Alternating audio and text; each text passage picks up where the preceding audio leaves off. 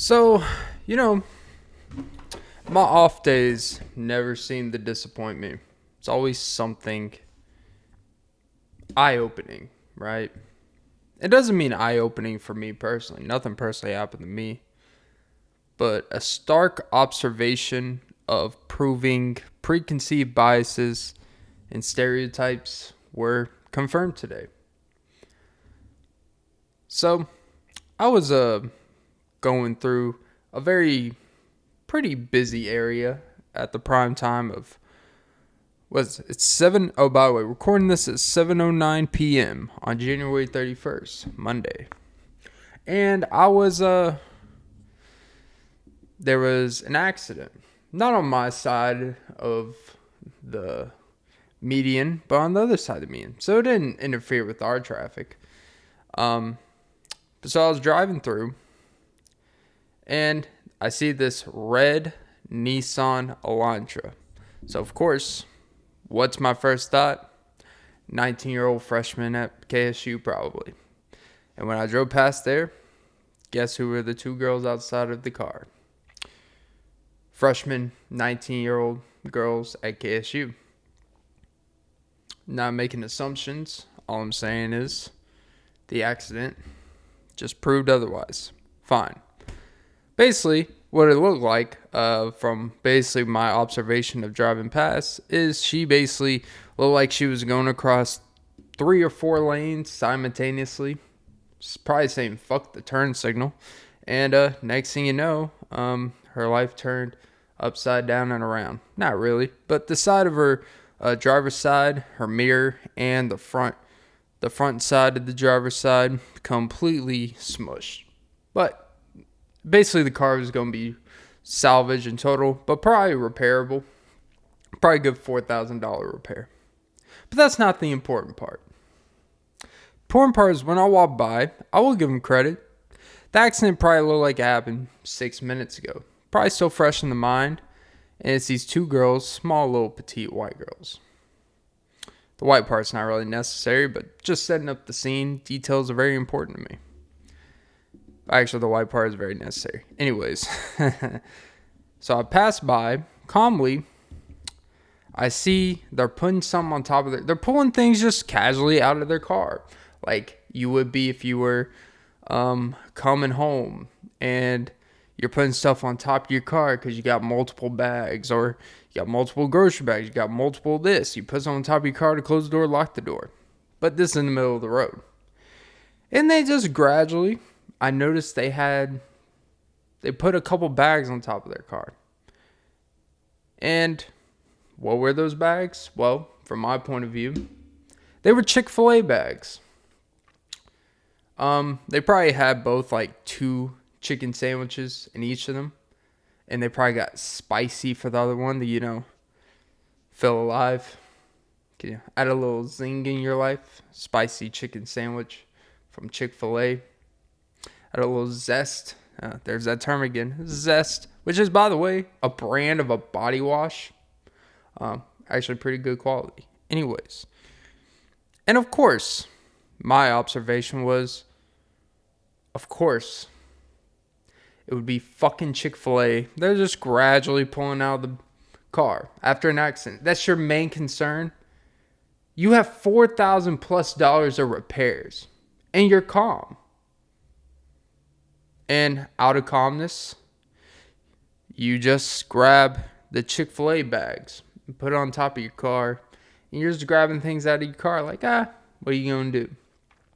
I'm pretty sure the accident happened because they're like, whoopsies. Oops, I just ran over a curb at 95 miles per hour. You know, those type of people. Oopsies. And I'm pretty sure that Chick-fil-A bag contributed to the accident. Those bags contributed to the accident. I don't know how, but I've seen too many people eat while driving. Eating while driving is pretty actually similar to being on the phone while driving. To me, texting is way worse than actually like calling being on the phone. But like when you see people actually holding a phone to it, it's like, one, invest in a Bluetooth. You're in a 2019 vehicle. Every vehicle made in like 2015 plus has automated Bluetooth already fucking in it. And on top of that, even if it's an older vehicle, you can finesse some Bluetooth in there. Because I've done it. I've lived life. But, and of course, it was right in front of the Chick-fil-A that was right there. A very busy one at that.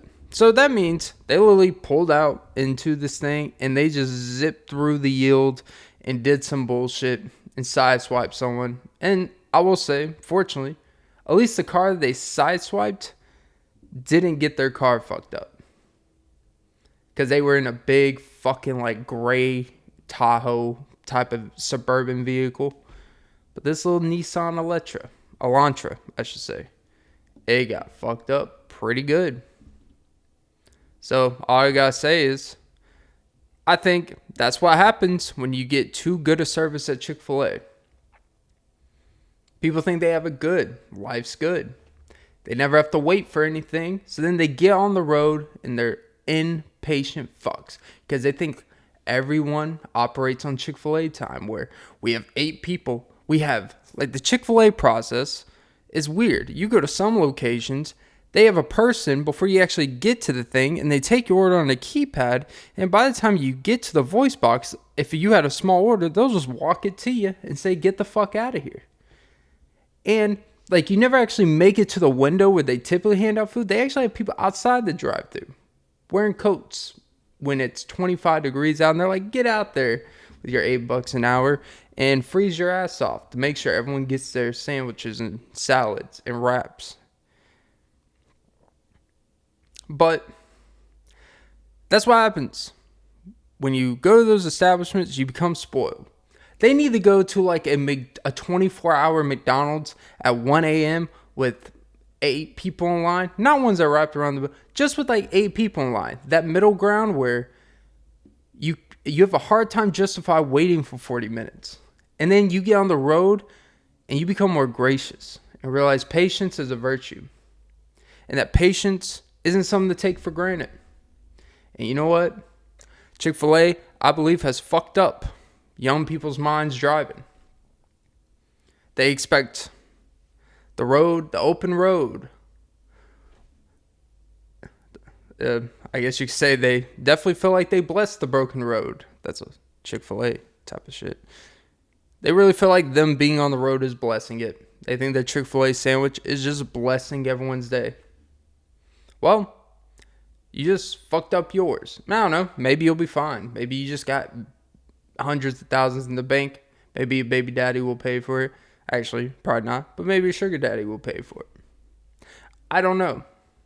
But moral of the story is, I think Chick-fil-A is responsible for that. Since we live in a society where we blame things that aren't directly responsible for the actual thing happening. Oh, like it'd be like if you go to a drive-thru and the person yelled at you and distressed you. Like, oh my God, it freaked me out. I got on the road and I was emotional and boom, caused a 3-car crash, killed 2 infants and caused a family a lifetime of tragedy. But then you sue the Taco Bell because they're the reason why you went on the road and drove 78 miles per hour and be a fucking asswipe. So, I blame Chick-fil-A. Might as well take advantage of it. White and pretty privilege. I don't know if pretty privilege applies to me. I'm like Carrie Hilson, Pretty Girl Rock. My name is Carrie. I'm so very, my oh my, it's a little bit scary. Boys want to marry, looking at my dairy. Is it dairy? I think she means derriere, but she just abbreviated. Sweet than a swisher, mad cause I'm cuter than the girl that's with you. I could talk about it cause I know that I'm pretty. If you know it too, then go to Chick-fil-A and say it with me. Yeah, so bless their hearts. Bless their hearts. Welcome. Damn, I really need to stop with these 10-minute opens. Welcome. Good thing for the timestamps. Welcome to episode 105 of the Off and Beat podcast. I'm your host, Clint. And I'm going to start doing daily episodes. Maybe not literally every day, but do them as much as possible. We'll record a couple today, get a little inside baseball here, and record a couple today. Don't worry. I know people worry that when you record multiple at a time or in a day, it lessens the quality. And I would say quality's already not here. So what are you going to do? But no, I'll probably record one now, record one 5 or 6 hours later. You know, the space between. So the Dave Matthews Band. It's weird because ever had like you randomly look up a band or a group or an artist that you've never really actually listened to before? You may have heard their music on the radio. You've heard the appeal of the Dave Matthews Band. Oh, by the way, like and subscribe, and don't forget to suck some titties and crash into me. That's a Dave Matthews Band reference. And I'm not even going to pretend I've actually listened to a lot of Dave Matthews Band's music on purpose, which is kind of a lazy name. Like, there's like 11 people in the Dave Matthews Band playing a lot of fucking instruments, and we're just going to say Dave Matthews. Like, over years, they couldn't come up with a name. And I get it, once you become famous, you can't just change the name. But, like, I believe they started the group with, like, 7 or 8 people. It's the same with the Zac Brown Band. Not as many people. But the Dave Matthews Band has a lot of people playing a lot of different instruments. It's a very, literally diverse musically, and diversity actually in the people, ironically. But yeah, which is not what you would expect when you listen to a Dave Matthews song, if we're going to be completely honest about it. When I listen to a Dave Matthews Band song, I'm not exactly like, wow, the diversity in this, I can feel it. But, hey, some things surprise you. But the Dave Matthews, I typed in the Dave Matthews Band on Spotify. And I was like, there's such this big group that I hear about a lot. And I know I've heard the songs in passing. And I know what they sound like, but I don't know the names of any of the songs. So I played The Space Between. Kind of like the space between our connection is 1,000 miles away. White Chicks edition. Which is kind of weird that White Chicks, that movie is kind of just... I think it's been said before, I don't think the White Chicks stuff gets all enough credit.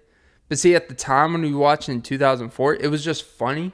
You weren't thinking about the transgender, you were just thinking about 2 dudes dressing up as women undercover, and they're playing the general specific stuff. But they weren't trying to be treated special. It was just for humor. And actually, it was actually still a compassionate way as you can be doing that type of subject. So I think White Chicks deserves to be part of the LGBTQ like award show. Like, it should be like a Mark Twain award, or it should be like a movie of the past like 2-decade award. You know like they'll be like when they don't actually give actors in real time nomination and awards for actual good work they've done, so they just give them like actor of the decade. It's like, how am I the actor of the decade, but I've never actually won an award in that decade? It's like in the NFL when they give an offensive player of the year, but then the MVP is a different offensive player that actually won the MVP. And I get it, MVP technically means something different than being the best player, but typically the MVP is just the best player, if we're going to be real about it. Dude that puts up the best stats, has the best team success combined. No QB that goes 9-7 and wins a wild card game is winning the MVP, okay? It's the QB that wins 12, 13, 14 games, throws for 5,000 yards, throws 48 touchdowns. They're going to win the MVP. It's pretty simple. It's a QB award. But it's the same with actors. It's the same with even music. They'll have like artists of the decade. Drake's is the exception because I don't even know how many. I think he won that 1 Grammys and then did the fucking speech. And they're like, they cut his mic when he basically said, these awards don't mean shit. Even though I just won the Artist of the Decade award, it's like, it's all bullshit, you know? It doesn't mean anything. If you trust your music, which is actually, he was actually getting some real shit, which you would think a person that makes to his level and makes that type of money would actually be a lot more disconnected. But I think he's realistic with his life and like, yeah, look, I'm in a different place. It's like the line said in the song, I'm in a different place and I choose to embrace it. He's like, I'm in a different tax bracket. I understand I don't have the same problems as you. My problems is, damn, all these girls want to steal my semen of the 8 girls I fucked today. So I have to put hot sauce and everything. Like, that is Drake's problem. And it's a pretty good problem, but it could be a pretty real problem that you have to live with. And I get it. But when you see these actors decade, they win actor of the year. And I don't have, remember, I'm just literally going off like, you know, speeches I've seen from actors, and they'll be like, oh yeah, they've been nominated one time and they came in like 3rd place in that nomination. It's like, oh, but they won actor of the decade. And look, maybe the argument could be made, just because you don't, it's better to be consistent, like top 6 or 7 in your field for 15 years than to be only number 1 and 2 for like a 3-year stretch, because it's about consistency. It's like, would you rather be, for example, even though this is really recency bias, Patrick Mahomes is just fine, but would you rather have the Patrick Mahomes peak 3 years that he's had, or would you rather have, let's just say, I'm trying to think of a QB or a player, or would you rather have the sustainability of like Phillip Rivers, where, yeah, look, you're going to win 8, 9, 10 games. You're going to make it to playoffs. Your team's going to be kind of underachieving, but you're always going to be the strength. You're always going to throw for 4,600 yards, 33 touchdowns, 12 to 13 picks. But you're going to be really consistent and good for 12 to 13 years. But you're not going to be the Patrick Mahomes. You're not going to have those peak years of legendary. It's like, you know, there's a place for that. There's a real thing for consistency and sustainability. But like these NFL and NBA awards where they're like, you win like, I think this is a real thing. Like, someone could win Rookie of the Year, but then someone wins Rookie Offensive Player of the Year. When typically the Rookie of the Year is just the guy that averages the most points and is significantly better than the rest of the field, which is typically like a top 5 pick in the draft, which is why they were a top 5 pick in the draft. And actually, recent history, it's always been just the number 1 pick in the draft, with the exception of like Anthony Bennett. But look, it's just this dumb thing where we make semantics in society and try to have it convince me to make sense. And I know I'm not the only person that's thought of this. Like, how do you win? How are you going to say I'm the best at something, but never actually reward me in the reward system that I'm the best at it? You can't say I'm the greatest director of the past. You can't say Quentin Tarantino is undisputably the greatest director of the past 20 years. But he has won awards, so I'm creating a hypothetical situation. Someone off the top of my... You can't say he's the greatest director of the past 20 years, but then you shun him out of every awards show. It's the same, and I know what's coming up. Any type of... It's this dumb shit, like with basketball. Like, for example, the NBA, it'll be someone wins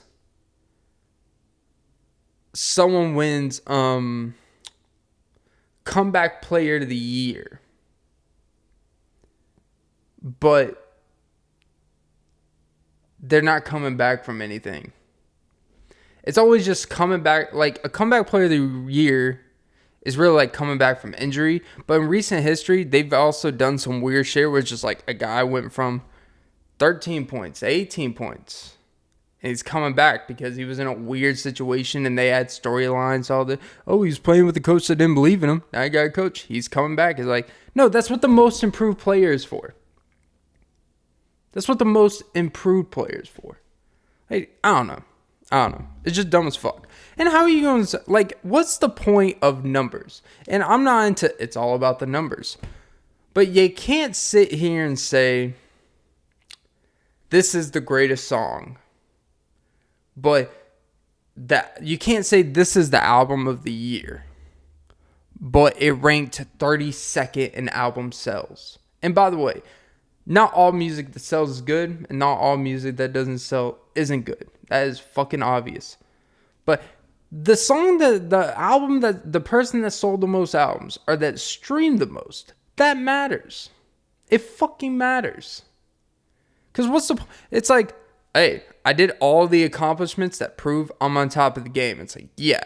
But us writers and us 70 people that vote on this shit, because we know more about it than you, the people that are actually making the shit, we're going to tell you, actually, it doesn't matter. Because we got to place an importance of us having a personal, subjective perspective. And everything's subjective, and that is okay.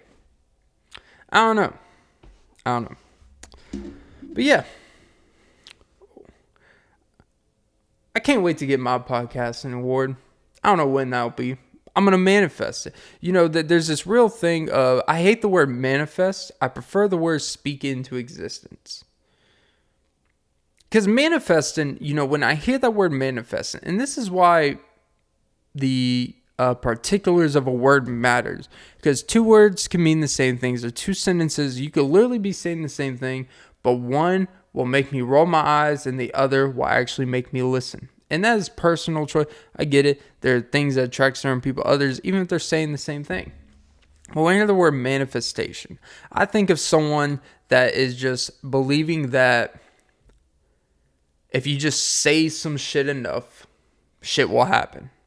That's what I hear when I hear the word manifestation. Maybe it's because I've heard of the people in my life that I've come across that specifically have used that word, and my judgment and perspective of them has been, when they say that, it's just them, they believe in some zodiac tantric meditation, yoga, stick it up my ass shit, and I'll believe it. Read a couple books and just believe I have found the way, and if they just say it, I will be this, I will be that, it will happen. And then they kind of forget that it's just the daily work and consistency that will probably lead to that, and they don't do any of that. And then, but when I hear speak it into existence, that rings different to me. When I hear speak it into existence, it's that if you speak it to yourself enough and you live and adopt it and it's on your mind all the time, you will typically gravitate to doing the things that will lead to whatever your destination or whatever the fuck you're trying to do. And I'm not going to get philosophical here, but it's just like, all right, that rings more to me than hearing manifestation. It's just like abracadabra. It's like, I don't know. It doesn't sit well with me. It grinds my gears when I hear that. And by the way, therapy, haven't been to in a long time. I'm not going to seriously say it's a scam, but put it like this. What reason does it make sense to charge? I was listening to some earlier, a podcast earlier, and they were talking about therapy. And I couldn't believe when he said this. He said, yeah, this therapist that I got recommended to, and he has money, so it's not bad. It's like, yeah, it's it's $180 for every half hour. That is $6 a fucking minute. I did the math. Wait, am I correct? Yeah, 6 times 30. Yeah, $6 a minute. $6 a minute for you to listen to me half the time? That means if you do a full hour, it's $360. In case you didn't want to piece it together, let Clint do the math for you. That is literally half the time, if it's going in a normal talking way, you are listening to me. And I'm paying you to listen to me? That's weird, right? And I get it. They're professionals to help you with your stuff. It's like, look, man, this is why I have a hard time taking like psychologists and therapists all that serious. When you see and hear shit like that, there's no reason why it should be $180 for half an hour. No fucking reason. Most people in America don't even make $180 a day, just for context. And typically, most people that don't make that much money are probably the ones that probably need it most, because there's probably a lot of shit that they're stressing about, financially, emotionally, whatever, that it's caused by because you don't have the means to make life a little bit easier on yourself. That's why typically when you hear people that make a really good living and shitload of money just say everyone go to therapy, and when you hear these sponsors about BetterHelp and all this shit, maybe BetterHelp's a cheaper avenue, I don't know, but when you hear them just promote everyone should go to therapy, it's good for everyone, it's like, for that amount, it's not going in, like, if you're not making that much money, and I understand investing in your mental health and all this shit, tell me how your mental health is going to get better being more broke than you are because someone listened to you for half an hour bitch about your unideal life circumstances. And I'm not shitting on people that bitch about their unideal life circumstances. I bitched about a white girl in a Nissan Elantra. Why do I keep saying Electra? Like Carmen Electra. Huh. Well, Carmen is coming for her. Ha ha. Use your fucking turn signal. Anyways, I'm basically making the police report for the accident report, and I was not there when it happened. That's what us men do. Assume. But there's the fact that when you hear that, it just lets you know that is therapy really crypto? Is therapy this like crypto, I don't want to say scam, because therapy obviously helps people. But I would also say if you do therapy for like 7 straight years, you're still doing the same thing, maybe just paying someone. Like, there's no way I'm getting $180 worth of money for half an hour of me just saying shit. You want to save money, do a podcast. You could bitch about all the shit you want, and you'll at least feel better for 10 minutes after, and then you go back to your life's problems. Let me save you some money there. Do a podcast instead of going to fucking therapy.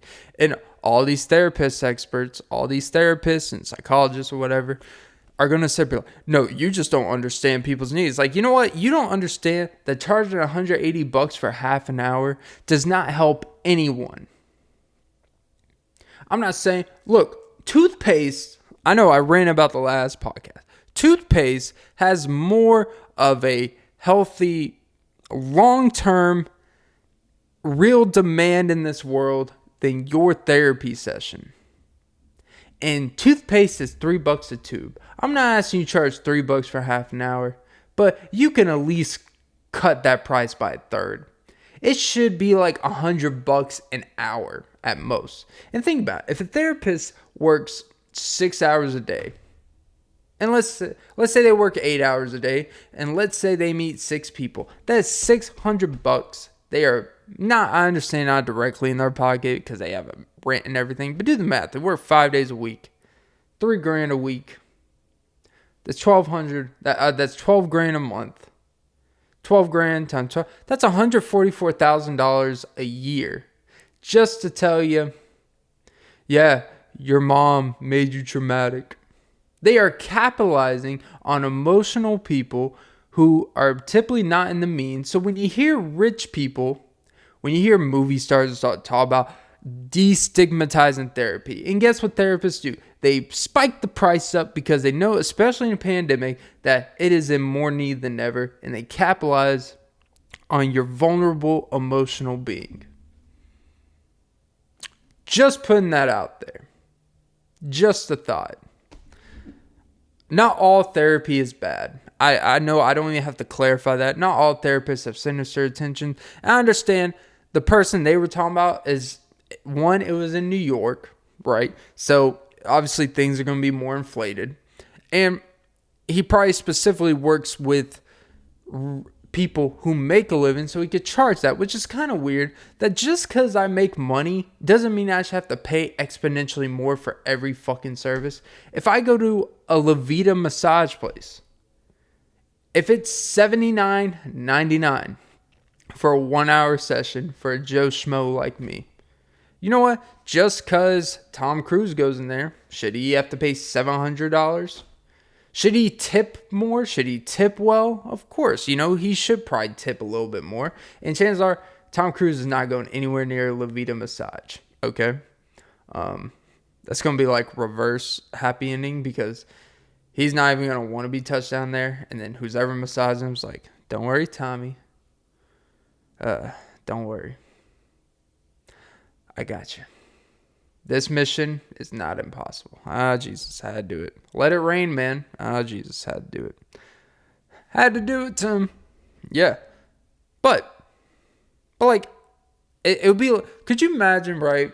I really think we're going to get into a world, and this is coming from a person who doesn't make a shitload, by the way. But I do believe we're going to get to a place in life where, in society with advanced technology and everything, where you are going to have to pay everything based off your income to kind of even out income equality type of thing. For example, like, I really believe where there's going to be technology, they're going to attach it to your debit card or cards or any source of money where you are going to have to pay exponentially more for the same thing based off how much income you have. For example, let's say, we'll just keep it simple. Let's say you go into McDonald's, right? If I go in there, and because I'm in a lower to middle class tax bracket, somewhere in between, the middle class is going to pay $8 for a Big Mac combo, let's just say. Because I'm in the lower middle, let's say I only have to pay $6.40. Now, let's say you are someone who makes 9 figures a year, which you're probably not eating at McDonald's if you make 100 million. Well, only a few people make 100 million. But let's say your net worth is 100 million. Let's say Elon Musk, for an extreme example, were to walk in McDonald's to get that same Big Mac combo. Inflate that you have to pay $4,000 for this combo meal just because it means exactly the same to you. It's like if you start to do $1 to Jeff Bezos, like $1 to me, Phil, $1 in my account is the same as like 500,000 to Jeff Bezos or some weird shit, right? Where it's basically 500,000 is nothing to them. Same way like $1 would be to the average person. It's just, all right, it's $1. It's not the big deal. If you lose $1 on the street, it's not the end of the world. If Jeff Bezos drops 500,000 out of his pocket, fuck, what are you gonna do? Shit happens. I really think it's gonna get like that, and I'm not a fan of it. I don't care how much money you make. You shouldn't have to pay exponentially more. That's what when you make more money, you can go to higher class restaurants where if you want to be charged out of the ass to get the same thing you could get at Chili's, be my fucking guest. That is your choice. That is your money. But services should just be the same. Like, if we have the same grocery cart, we have the same exact amount of items, the same food, the same discounts, the same Kroger card, you shouldn't have to pay, the dude next to me shouldn't have to pay $200 more for his cart when we got the same exact amount of food and accessories just because he makes $120,000 a year. Like, that doesn't make sense to me. But I really do believe, this is just a theory, I really do believe you're going to have to start paying for everything in percentage of how much you make a year and how you calculate that. And then we're going to have tax evasion at an all-time high. You think people are avoiding their taxes now to really tell people how much they make? Jesus Christ, make it like that. Everyone's going to be saying, I make $8,000 a year. And guess what? No one's going to believe it, but it's going to be really hard to crack down on that shit. And I'm not into socialism and capital, but we're getting a little extreme that just because you make more, you should have to pay everything more. Do I think if you make crazy amount of money, should you be taxed? Should you be not getting taxed? Of course not. Of course you should be getting taxed. And I don't care what the business experts try to say, like, oh, well, they provide such a good service, that's why they don't pay taxes. They do all this smart shit. It's like, it's not smart. It's actually illegal and deceiving. It's actually called tax evasion. It's pretty simple terms. It's funny how tax experts, and when they speak to the common person, they just think we're all fucking idiots just because we don't know the ins and outs of every fucking tax thing or every law in America. That doesn't mean common sense doesn't say, hey, that doesn't look right. That actually just looks illegal. And when you've lived on this earth and you're a reasonable person, you just kind of know when something looks, this feels like it's a law somewhere. It just feels like it's illegal. And then you look it up like, oh yeah, it is illegal to not really pay taxes. And I was actually listening to Joe Budden podcast where Ice and Ish, and they were talking about tax returns, which interested me because they say if you, which it is true, basically if you brag about getting a tax return, you are basically telling the world that you're broke. And if you pay a lot of taxes, it's a sign that you make a lot of money. And it's not that's actually more of a compliment than getting a tax return. And most of us are somewhere in the middle where you either pay like $40 just for the service of taxes, the difference. It's like, oh, you either pay $40 or you get a small amount back, and it's relatively inadequate. It doesn't make that much of a difference at the end of the day. You just file your taxes. And by the way, did you know that if you file, just because you file at a tax place like a H&R Block or Jackson Hewitt or, Liberty, or you just go to one of those local tax source #1 places, when the tax place starts having numerical hashtags, like it's one of those Asian Chinese places,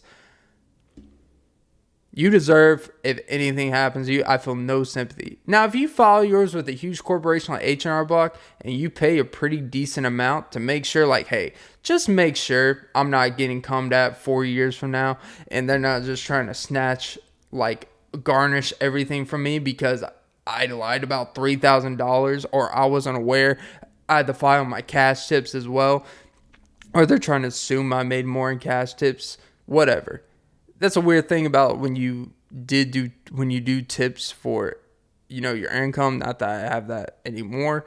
When I did, it was always a weird thing. Like, you got to put X amount, but you don't want to put all you make because you're trying to stay under the number.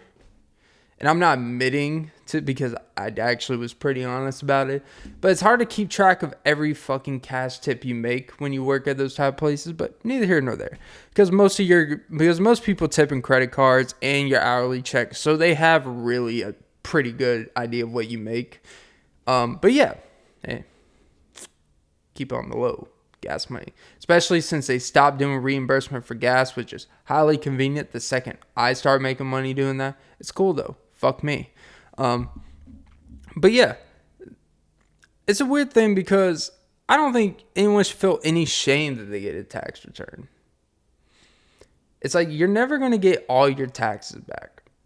Like, people that go into this mindset that I'm getting fucked in the ass every day, every time I get my check, and I feel like it's $300 less than it should be. It's like, well, mathematically, like, you got taxed $120, you made $700, like, is what it is. It's pretty standard percentages. You do the percentages. You actually got a little bit lower than usual. And it all comes back, basically, you do your withholding stuff. The more you get taken out during the year, the more you can get back, and vice versa. I know, broke people problems. No one cares. But yeah, it's just, I think the stimulus is different. Like, stimulus, that's not something you should go around, I guess, bragging about, but I'm not ashamed that I got one, because everyone got one. And honestly, 80% of people blew through that shit.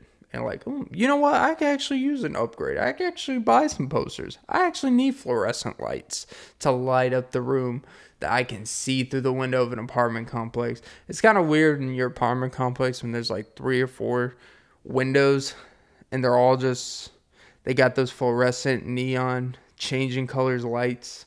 Like it's basically just a lava lamp of a fucking room.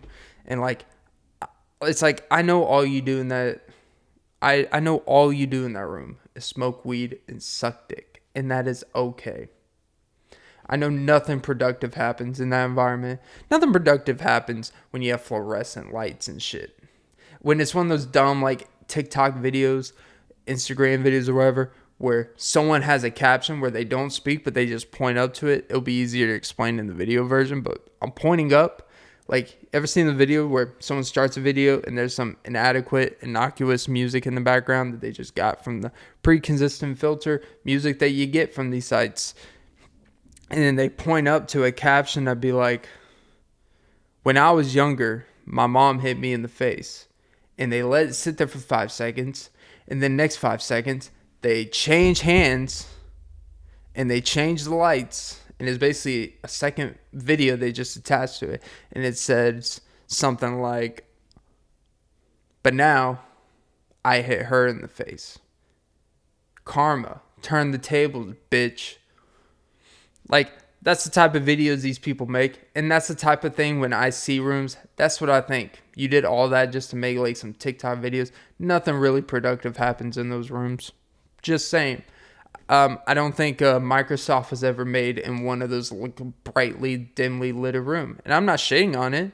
If I were to go chill with a lovely lady in there, guess what? I would do exactly what you would assume someone would do in a room that's dimly lit at 11 p.m. at night. That's probably what would happen, okay? And that's okay. But there's a time and place, and stop being a trendy follower. Jesus Christ. I don't even know where you get those lights. Anyways, but yeah, what was I talking about? I realize I don't even despise. I just observe things. And the little things about it, like I make assumptions, which I think we all do. And by the way, making judgments and assumptions is kind of a way to protect you from really getting kind of fucked over, or to protect you from having repeated things happen to you or happen around you. Like, I'm not saying, obviously, don't make like racial judgments, but stereotypes exist and shit. Like when I made the observation of the girl with the Chick-fil-A. Like, yeah, I do believe, like, it is a normal assumption. You know why? Because when I went to college, back in yonder years, guess what? Every day in one of the classes, there would be some white girl around the ages of 19 to 23 that would walk in with a Chick-fil-A cup and a fucking sandwich, and she would fucking eat it like an animal. You inconsiderate fuck. And they think they're cool because they're the cool and bring Chick-fil-A in class. It's like, bitch, everyone goes there in between classes. In between the gaps, when you have like the hour and a half gap between one class and the next, you always tell yourself, I'm going to do work. You know what you do? You go to Zaxby's, you go to Chick-fil-A, you go play basketball. You do something that has completely nothing to do with relevance because it's your downtime. All right? By the way, anyone that's at a school for 9 hours a day in college, let me tell you, they're probably one of the most least productive people. I'm not speaking for personal experience. I'm speaking because I was around everyone who did that. Because everyone just wanted to chill and fuck around. And that is cool. Did the same. Played pool. Boom. But no one's sitting there for 9 hours just studying unless it's like 2 days before the actual test that fucking matters. But Jesus, Clint, stop bitching about shit. All right, let's just get to the sponsor. Oh, today's sponsor is BetterHelp. Wow, I just shit on therapy for like 18 minutes, and my sponsor today is BetterHelp. Let me pull up the ad. Yes, I do these ad read live because your boy has made it, okay? All right, BetterHelp. Ever had a family member suicidal? Ever felt therapy was too expensive? Well, meet people like you with a little adage. Meet people like you who have an ass. I'm just kidding. That's not part of the read. But ever needed assistance? Ever feel like you're going through a tough time in life? Ever feel like life's got you down? This pandemic has killed all of us, even though really like the pandemic ended like 8 months ago. It's just people. Like, there's really no restrictions. I was actually talking with a friend earlier. Like, in America, there's not really, like, pandemic, like, overlord. It's not like the Canada situation with vaccine where, like, if you don't have vaccines, you literally can't work. You literally can't do this. Like, in America, people can shame you. People can say misinformation. But you know what? No one's stopping you from going to work more times than not. But if you go to, like, Australia, New Zealand, these fucking countries that literally for like 18 months, you can't even fucking leave the house. And even China and North Korea, wherever you try to leave the house, they literally have police out there ready to arrest you. And some of these countries probably just beat the fuck out of you if they feel like you're killing the population control. But yeah, if you live in one of those countries and you want to over-exaggerate in America, get BetterHelp. We all need some assistance time to time. We all need someone to talk to. And at the lowest price of therapy across, BetterHelp is your answer. With BetterHelp, you can do anything you put your mind to. It can get your mind out of the draws in life. It can make your memory a little less foggy. It can really clarify the stances you have or don't have. BetterHelp, well, it's in the name. It's BetterHelp. And who knows? Maybe when you've been helped, you can help others. That's what we're here for. An open community where there's no shame. Do it virtual in the privacy of your own home. You don't have to go to a dinky office and overpay and pay crazy amounts. It's at your convenience anytime you need it. It's a 24-hour service. You could do it at 2 a.m. You could do it at 2 p.m. You could do it on your birthday. You could do it on your wedding day. BetterHelp. Put in the code OFTENBEATS and you will get absolutely 0% off your service. But it's just nice to put in the code, you know? That would be fucked up. It's like, congratulations, your code has been accepted. Great. And then you do the final. It's like, oh no, the price is exactly the same, but it just let us know that you listen. Let you know that they weren't lying about the analytics, that they do get listens. Your boy's killing it here. But yeah, get BetterHelp and get your help today. Get your help tomorrow, and let the pain go away. And that is the ad read. That is the sponsor for today. So yeah, back to the episode. Camera switch. This is my editing skills. All right. So yeah. Have you ever one thing that's fascinated me, and just kind of like a brief observation I've made of things.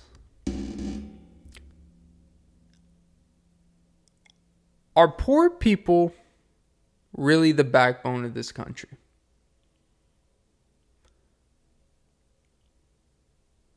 Or are they a hindrance? What do you define as poor? Poor is just typically associated with financial, wealth and shit like that. But there's a lot of people with money who are poor. And, you could be rich and still poor. Like, I'm not talking about like a song lyric. But in the wake of last year and the essential workers, right? Of course, everything comes back to the means and society, government, and people really tell you how they feel when things go back to normal. Oh, fuck you. You work at this place, but you were essential 9 months ago, and I really cherished and loved you so much, and I left a positive Yelp review, but fuck you now because you said you won't drop it off at my door, and I didn't tip. It's like, yeah. Not everything is this scapegoat for your bullshit. And I don't always feel the need to speak for the voiceless, because technically, I guess I'm technically part of that community, even though I make my voice out there more than less. I'm basically like a voicemail. You just kind of store me in your phone just for 5 months later, when it was a drunken voicemail, just to, when you're feeling down about yourself, and be like, he loves me. And that's all you need. You don't need to actually coincide or interact with me. You have that voicemail to be like, I feel good about myself now. The confidence to go get my back blown out by another guy. Oh, gotta love it. Oh, gotta love it. And yes, she did. But yeah. It's fascinating because without poor people, without people who live below your means, technically, and I guess right now, technically, I'm speaking to people who believe that poor people are a nuisance to society. There's actually theories out there, and not my theory, but of course there's a thing that we literally have too many people on this earth. People who say America, like, one of the things I don't necessarily agree with Jordan Peterson, among many, and I don't think he's in favor of just like, we got to kill like 30% of the American population. But he really does believe that like we have too many people in America and we really need to do something about it type of shit.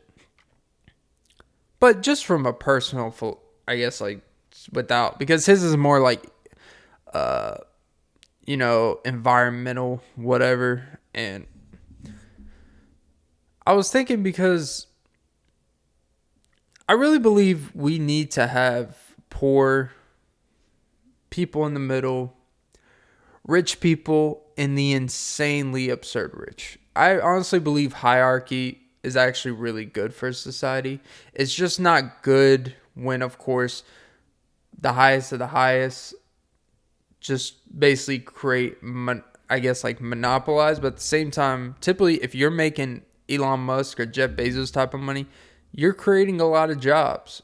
Now, could you pay your employees more, better benefits, make sure they have water fountains, make sure like the air conditions at least to like, just, can you put it to 78, man? Like, you have all this money, you invest so much, you have the biggest revenue streaming company, and you can't just put an air conditioning unit in each warehouse to prevent lawsuits? Because honestly, the lawsuits and the union shit, like 90% of that shit would go if you just put air conditioning, man, and just like made realistic adjustable standards. But there needs to be the Jeff Bezos of the world, the Elon Musk. There needs to be the really rich people like in entertainment or like comedians and shit who make absurd money when it doesn't necessarily make sense. There needs to be the middle class people. And there needs to be poor, because someone's got to work. Someone's got to do things. And some people actually, I really believe that there are people that provide better service to this world who make $20,000 a year than people who make $20 million. They provide bigger impact in their communities. They provide more of a at-home type of feeling, a more intimate type of impact. Like people think like if someone's a high school basketball coach, like that's a failure. That's not where they want to be. They didn't make it to the NBA. But that high school coach is going to coach there for 20, 25 years. He's going to get a steady increase in pay, but he's never going to be rich as hell. But think about it. Over 30 years, he's going to have approximately like 400 to 500 kids play for him. He's going to make more direct impact in shaping those kids, but get the least amount of financial reward. And NBA coaches are really just getting close to finished products of all the coaches that actually shaped them to get there, and the parents that shaped them to get there. And they get to say, well, I taught them how to, set screens and pop out to the free throw and master that Kevin Garnett jumper. It's like, okay. But he had to be in shape. He had to be athletically built. He had to have a work ethic to get there. And you guys are just like, you guys are basically Spotify, like, yeah, Joe Rogan, yeah, come over here. We'll make your podcast bigger than that. It's like actually going on your platform is actually going to technically lessen the amount of viewers I can get. And the only thing you provide the licensing aspect is I get a lot of fucking money from you that I could probably make on my own anyways, but it's just less of a hassle. Because there's this weird thing with his podcast, by the way, that I heard earlier, that before Spotify, the engagement for people that go on a show would be around 10 million on their social media platforms. I don't know what that necessarily means, but it can mean 10 million combination of followers, likes, comments, and shit. Like, there's a 10 million% increase. And now it's like a 1.5 million engagement, which is still good, but it's not the crazy amount because it's on a singular platform, essentially. Yeah, just thought I'd throw that out there. But I don't know. I don't know where I was going with that poor people thing. Poor me. Pour me another drink. Oh, Jesus. Fun fact.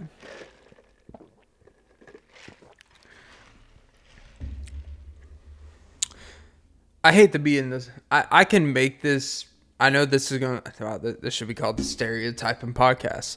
I can make this stereotype because I actually literally have worked at a Dunkin' Donuts. And you know what? I'm about to air them out. And not the company specifically. But every owner that owns a Dunkin' and every person that is in charge of a Dunkin' location is Indian, Pakistani, you know. I'm not even going to pretend to like know all the countries and all the technical terms, but you know what I'm referring to, right? Okay. This is the type of shit when you talk about you probably get canceled, but this isn't just about like being Indian or Pakistani. It's about the creepiness in some workplace environments, and honestly, I think the mentality of what they feel of us entitled Americans. So yes, I'm about to actually get into some real divisive type of racial, well, not even racial, but culture barriers, you know, because if you use culture, it's a culture is the word culture, by the way, is such a generic basic term that you can get called out and use it incorrectly and find a way to finagle it to say you used it correctly. Because what does culture mean? When people say culture vulture and stuff like that, they're really just saying race for the most part. Like if you say Justin Bieber and Timberlake, they're culture vultures, you're really just saying they're stealing from black people. They're stealing from black culture. When culture isn't necessarily specifically race, but when we say it, we're not really getting deep in the weeds of where that specific type of music, where literally the origin of the specific city, place, person it actually was created. We just generalize it really with race. And, you know, not that it really needs to go beyond that because the sentiment is still the same. I don't feel like you got to know the ins and outs of every single detail in history to understand something for what it is. It's okay. That's why I think the whole... I'm going to get back to the point. I'm going to get back to the Dunkin' Donuts Indian ownership type of shit, right? Because as working for them, I have a lot of thoughts about that. But, shit, now I lost my fucking train of thought with this. Fuck. Oh, Jesus, Clint, get your shit together. Get your shit together. Like Drake and Georgia Smith. Your shit together. More life. I don't know why they call it playlist. How is a 23 song playlist where it actually seems like a cohesive album? Like all the songs that sound actually pretty similar in taste and style of music. So I actually consider that a better put together album than Certified Lover Boy. Just saying. Just from an album standpoint. God damn it, what the fuck? Wish I could just like rewind the camera. I wish I could just pause it, but you can't just pause this camera. You have to fucking just keep pounding. Jesus, I had a great fucking point too. Fuck. Oh, culture. Oh, yeah, that's what I was talking about. Okay. That's why when like people stress for one, like the Joe Rogan misinformation, or really just misinformation in today's world, people always say, oh, sources. You know what? They could put 35 fucking sources of where they're sourcing their shit from. You know how many of those fucking links you're going to click on? Absolutely none. You know why? Because you assume if people put sources somewhere that, oh, they know what the hell they're talking about. There's a lot here. That means they did their part. Like it's a works cited page. Like honestly, I hate to break it to you. Most teachers you had, high school, college, when they stressed the works cited page, because without it, your paper would literally get like 30 points off of it, because especially if it was something that required research and shit. You know how many of those works cited they actually went through? Absolutely none. I had to break it to you. They absolutely clicked zero of those links. Because you know what? They had to grade 33 papers in a 2-week span. You really think they're sitting there grading each paper for an hour and 20 minutes, making sure you got everything correct? You know why? Because whatever your topic is, they already know the topic inside and out, or at least they're supposed to. if they're doing their job. And they know when they see someone's bullshit, they just want you to just like get in the habit of looking up sources, which is actually a good teaching tactic. But just because someone puts the sources, no one is sitting there reading 35 articles to make sure everything that was said in something or done in something or written in some is correct. So you can get the absolute fuck out of here stressing about sources. Because even if you were given the sources, you're not going to be like, hey, gotta admit. It's like, no, you're not going to admit shit. Absolutely. Anyways, back to working for Indian and Pakistanians. I can say, here's my experience working at Dunkin. Okay.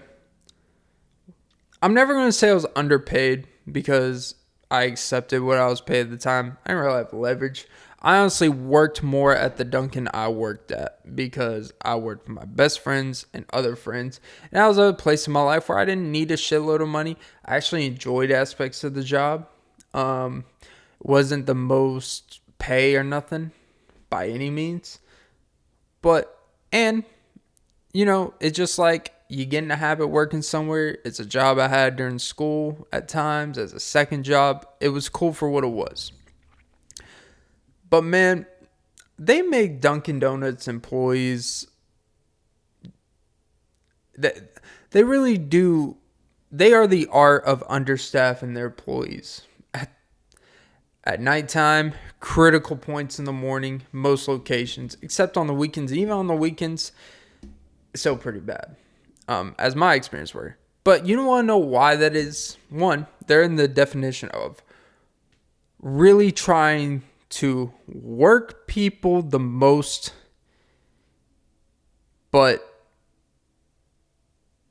giving them the least amount of pay. What do I mean by that? Meaning, not all 6-hour shifts are created equal. And that's the one shitty thing about like wage jobs, that it's kind of weird when you work one again.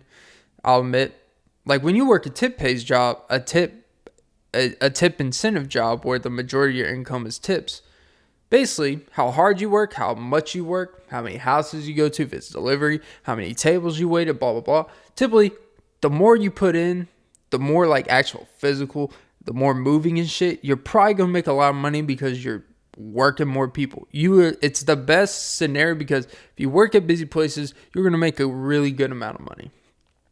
Problem when you work a wage job is that regardless of if you have 8 customers that day or 8,000, you're getting that $10 an hour and you can go fuck yourself if you have a problem with it. That's the one thing about when you get in the interest. So, negotiate. Like, all I'm saying is that not all shifts are created equal, right?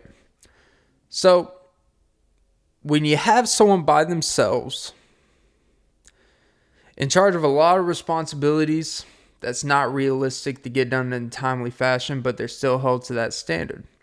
They basically want you to do the work of 3 people, but get paid as one person. And I'm not, and look, I get it. Oh, that's why you upgrade in life. I know. I don't work at that place anymore. But I'm saying, when you wait in lines for long times at these places and you see they're understaffed, just keep that in mind. But my experience with Dunkin' is that the Indian and Pakistan culture, typically anytime you have any type of immigration, they have a very, I don't want to say negative, but they definitely have an unadjusted point of view of Americans, that we are lazy fucks. And because where they're from, they work a lot harder for a lot less. So they honestly think we're already overpaid as it is, which is cool. Like, whatever. You still have to pay us what's legal. It's cool. I never was missing money in my checks or nothing, but they're going to make you do the most amount of work and pay you the least, and, whatever. But it does set this weird, my experience with them is that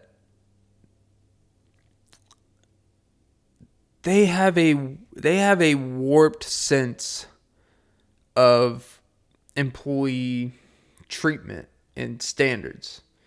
And You know what? I'll just say it. I don't work there. They're already starting to threaten to not give me my free shit anymore. It's cool. Anyone can get it. Besides, we're past the hour part of the pod. I feel like once you get past the hour, you can't cancel someone. I've already let free and all that shit. They have a weird incest culture where they're all. It's really like this family business, and it's Dunkin' Donuts. And I've seen some weird predatory shit from a dude that looks like he's 42 with losing hair, and he's younger than you. And at the time, I was 24. And this dude's literally my age, and he's in charge of this whole operation. He already looks down on me because I'm the sandwich station guy. It's like, all right, man, because I get it. I'm the whipping boy. It's slow. I'm one man. I'm a one-man band on the station. And I'm running the shit with a broken oven. And guess what? It's in the fucking oven.